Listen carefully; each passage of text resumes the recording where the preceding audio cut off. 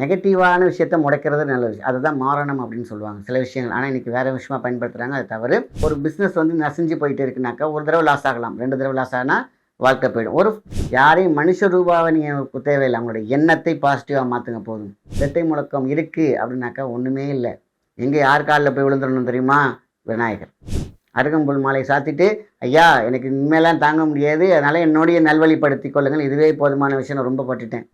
So அதே மாதிரி இந்த தீர்த்தம் நம்ம என்ன சாப்பிட்டா தண்ணி குடிக்கிற மாதிரி நம்ம டெய்லி இது யூஸ் பண்ணிட்டா மருந்தாகவும் பயன்படுத்தும். யானை முடி மிகப்பெரிய சக்தி, தோல் சக்தி, அது முழுக்க முழுக்க சக்தி.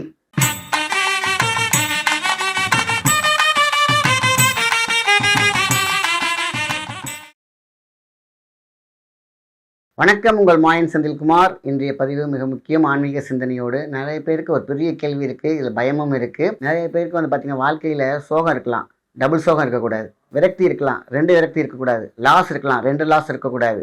அதேமாதிரி பார்த்திங்கன்னா நிறைய விஷயங்கள் பாசிட்டிவ் 2 இருக்கலாம், நெகட்டிவ் 2 இருக்கக்கூடாது. ஸோ ஜாதக அமைப்பில் வந்து பார்த்திங்கன்னா இரட்டை முடக்கம் அப்படி சொல்லுவாங்க. இப்போ நான் முடங்கிட்டேன்ப்பா அப்படிம்பாங்க. இந்த முடக்கம் அப்படிங்கிறது பார்த்திங்கன்னா 2 விஷயம் இருக்குது. நெகட்டிவான விஷயத்த முடக்கிறது நல்ல விஷயம், அதுதான் மாறணும் அப்படின்னு சொல்லுவாங்க சில விஷயங்கள். ஆனால் இன்றைக்கி வேறு விஷயமா பயன்படுத்துகிறாங்க. அது தவறு. 7 ஜென்மத்திற்கு அப்படி எதாவது பண்ணாங்கன்னா மாறணும் விஷயத்தை தப்பாக. மாறணும் என்பது அவசியம் தெரிஞ்சுக்க வேண்டிய விஷயம். மாறணும் என்றால் வியாதிகளை மாறணும் செய்ய வேண்டும், துன்பங்களை மாறணும் செய்ய வேண்டும், நம்மளோட தடங்கல்களை மாறணும் செய்ய வேண்டும். இதுக்கு தான் அந்த காலத்து சித்தர்கள் ஒரு சில மந்திரங்களை மாறண மந்திரம் அப்படின்பாங்க. இதை வந்து வேறு மாதிரி விஷயங்களை பயன்படுத்தி தப்பாகவே கண் கொண்டுட்டாங்க. ஸோ எல்லாருமே வந்துட்டு மாறணும், ஐயோ கேட்கறதுக்கு பயமாக இருக்குது. மாறணும்னா அத்தனை பேரும் தெரிஞ்சு வச்சுருக்கணும். இது தெரிஞ்சவங்க தான். ஒரு பிஸ்னஸ் வந்து நசிஞ்சு போயிட்டே இருக்குனாக்கா ஒரு தடவை லாஸ் ஆகலாம், 2 தடவை லாஸ் ஆனால் வாழ்க்கை போயிடும். அதான் 2 பாதியிலே முடிஞ்சு போச்சு. நீங்கள் கஷ்டப்பட்டு ஒரு பிஸ்னஸ் ஆரம்பிக்கிறதுக்கு ஒரு 10-15 வருஷம் ஆகிடும். அதை டெவலப் பண்ணி கொடுக்கறதுக்கே டெவலப் ஆகும். அப்போ 2-15 முடிஞ்சு போச்சு, 30 வருஷம் போயிடுச்சு இல்லையா? அதே மாதிரி தான் வாழ்க்கையில் சிந்திச்சு சில விஷயங்களை கரெக்டாக பார்த்துட்டோம்னு தப்பிச்சுக்கலாம். இந்த இரட்டை முடக்கம் அப்படிங்கிறதுக்கான விளக்கம் நான் சொல்கிறேன். அதேமாதிரி சப்போஸ் உங்களுக்கு நான் சொல்கிறது விளக்கமாக இல்லைன்னா கூட நீங்கள் கூகுளில் இரட்டை முடக்கம்னா என்னென்னு பார்த்தீங்கன்னா தெளிவாகவும் பார்த்துக்கலாம். நிறைய இருக்குது. பட் இருந்தாலும் அதை தீர்க்கறதுக்கான பரிகாரம் தான் இன்றைக்கி ரொம்ப முக்கியமான ஒரு விஷயம். இரட்டை முடக்கம் அப்படிங்கிறது தான் நான் சொன்ன மாதிரி. இந்த மாரணத்தை பற்றி எதுக்கு நான் சொன்னேன் அப்படின்னு கேட்டிங்கன்னா, அழிக்க வேண்டும். எதை அழிக்க வேண்டும்? துன்பத்தை அழிக்க வேண்டும். உங்களை பாடாப்படுத்திட்டு எதிரிகள் அழிக்கப்பட வேண்டும். எதிரிகள்லாம் எதிரிகளே கிடையாது, எதிரிகளுடைய சிந்தனைகள். எல்லா உயிரும் முக்கியமானவை. சந்தர்ப்ப சூழ்நிலை, இடம், பொருள் ஏவலால் மாற்றப்பட்டிருப்பார்கள், இல்லைன்னா சில பேர் தூற்றப்பட்டிருப்பார்கள். அந்த டென்ஷனில் நம்மளை வந்து அவனை மாதிரி நம்ம ஏன் இல்லை, இவனை மாதிரி ஏன் இல்லை, அந்த திருஷ்டி, கண், பொறாமை எல்லாமே இருக்கக்கூடிய காலகட்டத்தில் யாரையும் மனுஷ ரூபாவை நீங்கள் தேவையில்லை, அவங்களுடைய எண்ணத்தை பாசிட்டிவாக மாற்றுங்க போதும். அதுக்காக அவங்களுடைய பாசிட்டிவ் பண்ணுறது நம்மளோட வேலை இல்லை. நம்ம பாசிட்டிவாக இருந்தால், நம்ம இறைவனோடு இருந்தால், இறைவன் தன்மையோடு இருந்தால், இறைவன் பக்கத்திலே இருந்தால் எல்லாமே சுபம். அதனால தான் சரி டவுட்டை நான் கிளியர் பண்ணிட்டேன். இந்த இரட்டை முடக்கம் அப்படிங்கிறது வந்து பார்த்தீங்கன்னாக்கா, இரட்டை முழக்கம் எப்படி சக்தி வாய்ந்ததோ அந்த மாதிரி போயிட்டு என்ன பண்ணுன்னா, ஒரு விஷயத்தை கஷ்டப்பட்டு ஏந்திருப்பாங்க, இன்னொரு தலையில் டம்முன்னு தட்டினேன் அப்படி இருக்கும். ஒருத்தவங்க கடலில் விழுந்துட்டாங்க, இல்லை குளத்தில் விட்டாங்கன்னா தப்பி தவறு ஏந்திரிச்சு வரும்போது திருப்பி காலால் ஒரு மிதிச்சு விட்டார், உள்ளே போன அனுப்பிச்சிட்டாக்கா அந்த இவங்களே சோர்ந்து போய் எந்திரிச்சு வந்தாங்க இருக்கும்போது முடிஞ்சு போயிடுது இல்லையா? அதனால தான் இரட்டை முழக்கத்தை பற்றி எல்லாரும் பயப்படுவாங்க. ஜாதகத்தில் அப்படி ஒரு விஷயம் இருந்துச்சுனாக்கா, இரட்டை முழக்கம் இருக்குது அப்படின்னாக்கா ஒன்றுமே இல்லை. எங்கே யார் காலில் போய் விழுந்துடணும் தெரியுமா? விநாயகர். வினை தீர்க்கும் விநாயகர். அதாவது எப்படிப்பட்ட விநாயகர் நீங்கள் எடுக்கணும்? கொஞ்சம் பழசாக பாருங்கள், கொஞ்சம் பழைய விநாயகர் கோயிலாக தேடணும். 4 அடிக்கு மேலே ஒரு அழகான ஒருத்தர் சொல்லி கொடுத்த ஒரு விஷயம். ஒரு சான்றோர், ஒரு ஆன்மீகவாதி அழகாக ஈஸியாக சொல்லிட்டார். அவர் என்ன சொன்னார்?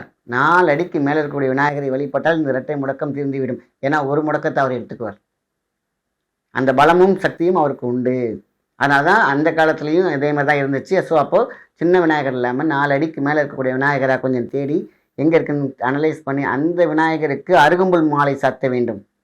அருகம்புல் மாலை சாத்திட்டு, ஐயா எனக்கு இனிமேலாம் தாங்க முடியாது, அதனால் என்னுடைய நல்வழிப்படுத்தி கொள்ளுங்கள், இதுவே போதுமான விஷயம், நான் ரொம்ப பட்டுட்டேன், இனிமேல் படுத்த வேண்டாம், வாழ்க்கையே ஒரு முறை தான், அந்த ஒரு முறையை எந்த கரையும் இல்லாமல் எந்த குறையும் இல்லாமல் நீ பார்த்து கொண்டு விநாயகருடைய சரணாகதியில் அடைந்து விட வேண்டும். அடுத்தது வீட்டுக்கு வந்துட்டிங்களா?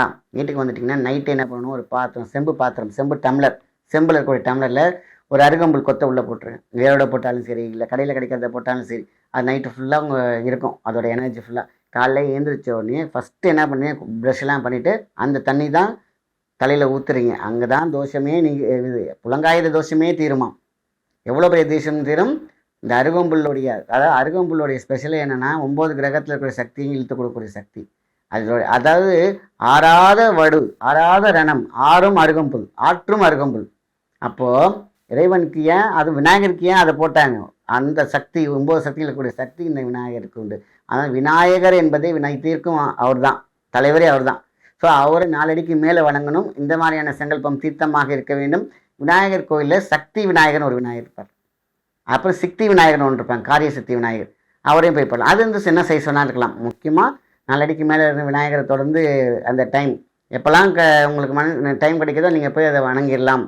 ஸோ அதே மாதிரி இந்த தீர்த்தம் நம்ம என்ன சாப்பிட்டா தண்ணி குடிக்கிற மாதிரி நம்ம டெய்லி இதை யூஸ் பண்ணிட்டா மருந்தாகவும் பயன்படுத்தும். அந்த ஊர்ன அந்த அருகம்புல் இருக்குது பார்த்தீங்களா, அதை காய வச்சு அதை பவுடர் ஆகி கொஞ்சம் கொஞ்சமாக காலையில் ஒரு சிட்டிக்கு ஒரு 1/2 டீஸ்பூன் எடுத்துகிட்டு வாங்க, நோயே கிடையாது.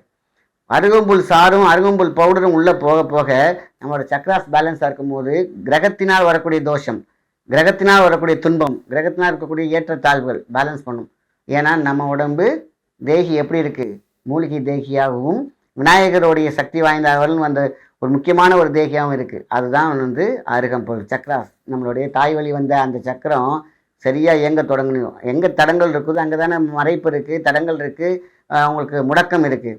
ஸோ அதனால தான் முடக்கம் என்பது எல்லார் வாழ்க்கையிலையும் உண்டு. பாருங்கள், இப்படி தூக்கிட்டிங்கன்னா மேடு பள்ளம் மேடு பள்ளம் மேடு பள்ளம், எந்த மேடு முடக்கம், எந்த மேடு உங்கள் விளக்கம், முடக்கம் விளக்கம் முடக்கம் இப்படி இருக்க எல்லாருக்கும் இருக்கும், அதிகமாக இருக்கும். கொஞ்சம் ஓங்கி அடிக்கிறத தாங்கி அடிக்கிற மாதிரி விநாயகர் போகும்போது இந்த ரெண்டாவது முடக்கம் வரும்போது இந்த இடத்துல நான் இருக்கேன் பாருன்னு சொல்லிட்டு கையை தாங்கி இப்படி விட்டுருவார். அந்த முடக்கத்துக்குள்ளே போக விட மாட்டார். அதுதான் விநாயகரின் வழிபாடின் மிக முக்கியமான ஒரு விஷயம். அப்போ 4 அடிக்கு மேலே இருக்கக்கூடிய விநாயகரை நீங்கள் வழிபட்டு வந்தால், அங்கே பூஜை புனஸ்காரங்கள் இருந்தால் அவரே சனாகதியை பிடிச்சிக்கும். இந்த இரட்டை முடக்கம் யாருக்கெல்லாம் இருக்கும் அப்படிங்கிறது நம்ம அந்த கூகுளில் செக் பண்ணுங்கள், தெளிவாக சொல்லியிருப்பாங்க. நானும் என்னால் முடிஞ்ச வரைக்கும் இப்போ நான் சொல்கிறேன், விளங்கவில்லை என்றால் நீங்கள் அதுலேயுமே தெளிவாக போட்டிருப்பாங்க. ஆக இப்படி இருக்குன்னு பயப்படாதீங்க. இதை மட்டும் விநாயகர் தொழுகையும் அவருடைய ஆசீர்வாதங்களும் எங்கெல்லாம் யானை கிடைக்குதோ, கோயிலுக்கு போகிற யானை இருக்குன்னா கண்டிப்பாக தலையில் வச்சு பயப்படாதீங்க. போய் அந்த யானை தும்பிக்கை போச்சுன்னா அது ஒரு ஃபுல் எனர்ஜி உங்களுக்கு வந்துச்சுனாலே அந்த முடக்கம் விலகிவிடும், தோஷம் விலகிவிடும். ஏன்னா யானை என்பதே மிகப்பெரிய சக்தி. அதனால தான் எல்லாரும் கோயிலையும் நிறுத்தி வச்சுருப்பாங்க. அந்த காலத்தில் ஏதோ காசு வாங்குது யானை, அதோட வயிற்று பொழப்பு கிடையாது. அந்த காலத்தில் நிறுத்தி வைக்கப்பட்டதன் காரணம் யானை முடி மிகப்பெரிய சக்தி, தோல் சக்தி, அது முழுக்க முழுக்க சக்தி, எலக்ட்ரா எனர்ஜியை வாங்கி வீசும். அதனால தான் அது வந்து நீங்கள் தலையில் வைக்கும் போது பார்த்தீங்கன்னா உடம்பு சிலிக்குது, மற்ற எல்லாம் சிலுக்குமா. உச்சந்தலையில் இந்த T20 ஏரியாவில் அது எனர்ஜியை அப்படின்னு பண்ணும் பொழுது டோட்டலாக பூமியில், அதாவது என்றைக்கு வாங்கினாலும் செப்பல் போட்டு நிற்கக்கூடாது. நீங்கள் அதுக்கு ஆசீர்வாதம் பார்க்கும்போது பூமியில் அப்படியே இறக்கி விட்ருவோம் அந்த நெகட்டிவ் எல்லாம். அப்படியே நெகட்டிவ் அண்ட் பாசிட்டிவ் ஆகினா மாறி போயிடும். அதோட பார்வையில், அதோட முடியல அப்படியே உங்களுக்கு வாரி ஷவர் கொடுக்குற மாதிரி நல்லதை கொடுக்கும். அதாவது ஒரு அழுக்கு தண்ணி ஒரு 10 வாட்டி கிளியர் பண்ணால் எப்படி சுத்தமாகுதோ உடம்பு சுத்தமாகும், அதேமாரி நோயும் சுத்தமாகும், இதேமாரி தடங்கல்களும் சுத்தமாகும். ஸோ அப்போ யானை சம்மந்தப்பட்ட விஷயம், விநாயகர் சம்மந்தப்பட்ட விஷயம் எதுவாக இருந்தாலும் உங்கள் கூடயே இருந்துச்சுனாக்கா இந்த இரட்டை முடக்கம் உங்களை பாதிக்கவே பாதிக்காது. இருக்கும், கடந்துருவீங்க அசால்ட்டாக, பெரிய பாதிப்பு இருக்காது. இதுதான் வந்து இறைவன் சொன்ன விஷயம், முன்னோர்கள் சொன்ன விஷயம், சித்தர்கள் சொன்ன விஷயம். ஆக மொத்தத்தில் இரட்டை முடக்கத்தை பற்றி பயப்படாதீங்க. இரட்டை முடக்கம் அப்படின்னு பார்த்தீங்கன்னாக்கா உங்களுக்கான ஜாதக கட்டத்தில் ஒரு கட்டம் பத்தில் பார்த்தீங்கன்னாக்கா முடக்கு நட்சத்திரம்னு ஒன்று இருக்கும். அந்த முடக்கு நட்சத்திரத்தில் கேது இருந்துட்டா அதான் இரட்டை முடக்குன்னு சொல்லுவாங்க.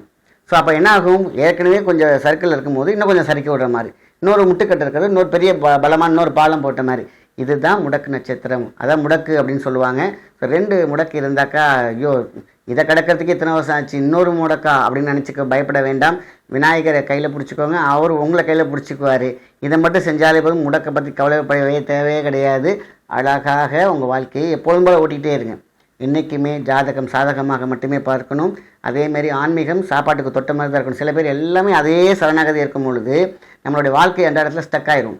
என்றைக்குமே பார்த்திங்கன்னா சிந்தனையாக இருக்க வேண்டும், வேதனையாக இருக்கக்கூடாது. அதுக்கு இறைவன் கண்டிப்பாக துணை செய்வார். என்றைக்குமே பரிகாரங்கள் சாப்பாட்டுக்கு தொட்டுக்க மாதிரி தான். நீங்கள் உங்களோட சிந்தனையை ஓடிக்கிட்டே இருங்க. தடுக்கி உள்ளும் பொழுது கண்டிப்பாக ஒரு மிகப்பெரிய பூஸ்ட் தான் பரிகாரங்கள், ஆன்மீகம் எல்லாமே. இதைத்தான் அந்த காலத்தில் சித்தர்கள் சொல்லியிருக்காங்க. எண்ணம் சிறப்பாக இருந்தால் அத்தனையுமே சிறப்பாக இருக்கும். இறைவன் சிறப்பாக வைத்திருந்தால் இறைவன் நம்மளை சிறப்பாக வைத்திருப்பார். நல்ல விஷயத்தை மற்றவங்க ஷேர் பண்ணுங்கள். நன்றி, வணக்கம்.